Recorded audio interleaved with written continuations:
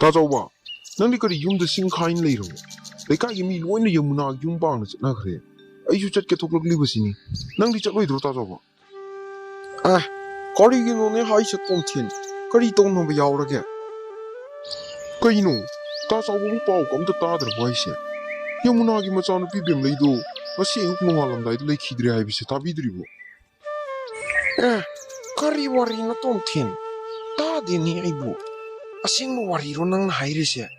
लैसाबी मचादुबु करम तौना लेखिद्रिबा खंगदेदा ताजावा अगांग दो कुइरा माले मसा सुंगमदना लेरिबसे तो ngasi ayuk se lekhidre haina pau tabdagi hangba chluge thokliबसिनी phare phare tomthin aisu chat kenang ha khairam punna chatmina rasi hoi hoi tajawa lu chimbiru ro naw mai jirongge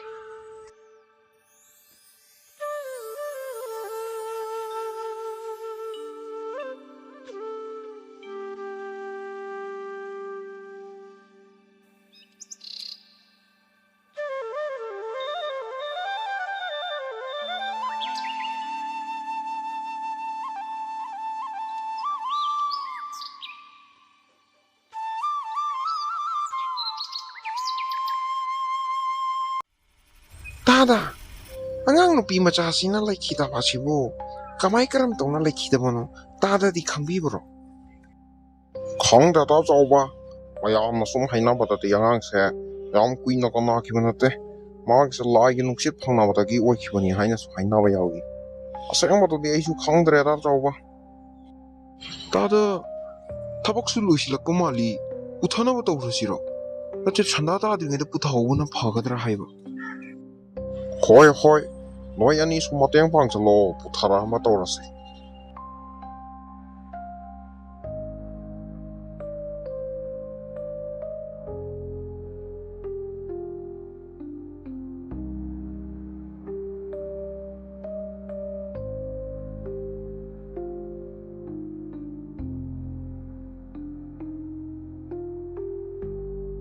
Ichi, asibu. Tadi Yamuna gi macam pi, laisabi tu lekhidre haina tai, atubu mali ne pukri se. Hoi ne mali ne. Atu ichi, alam naina batati, asumna mayum pandana laisaba khangna lekhidabasi, tamnai putoli kaina su haini ni je. Hoi ne, ai su tara ne doge wari tuti. Ekhoi maning longi, tongchong macam nupa lekhidaw matang dasu. Karma hek luidri phawa yumda kanama ahing tumba yakidi hairi tuni ahing chuppa tamna dana iche ekhoi ani halawrasi tu chungi asumna wari sanawasi chalawrasi ekhoi ni che hoi halawana phani be ma nangdi yumna I hai haina aidi lapna handawani ayan halawre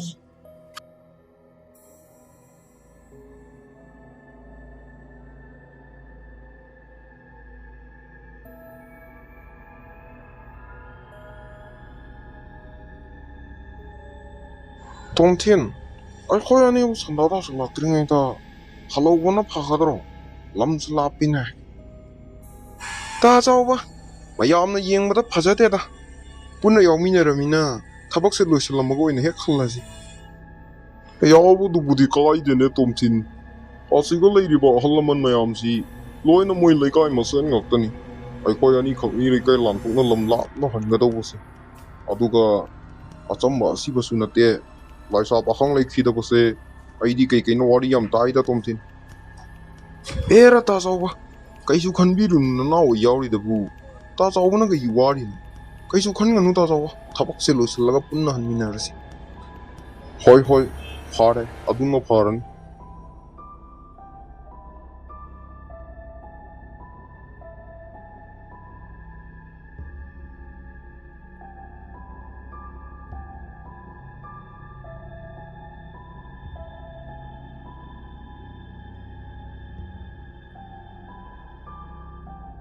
Ayyo tomthin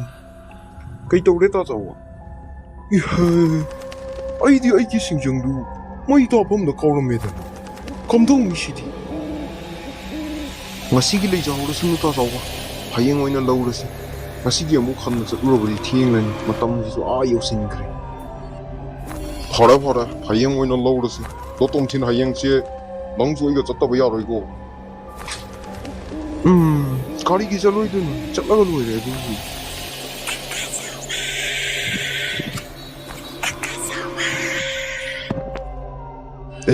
ꯇꯣꯝꯊꯤꯟ ꯉꯥꯏꯈꯣ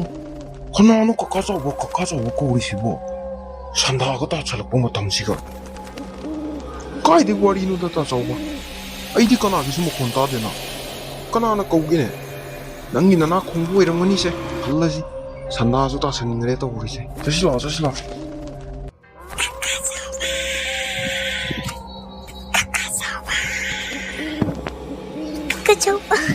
Kakak sinjang tu Iki tabak dia yesin lagi Angkat lau tu piro lau kakak coba Ayam wari kakak coba Ayam wari Hai tomthin yaraktre sidi yang kan kore nang naksile ene makhonche ta sawa kana su kaude nangi wakhala ni se taron chumna halasi se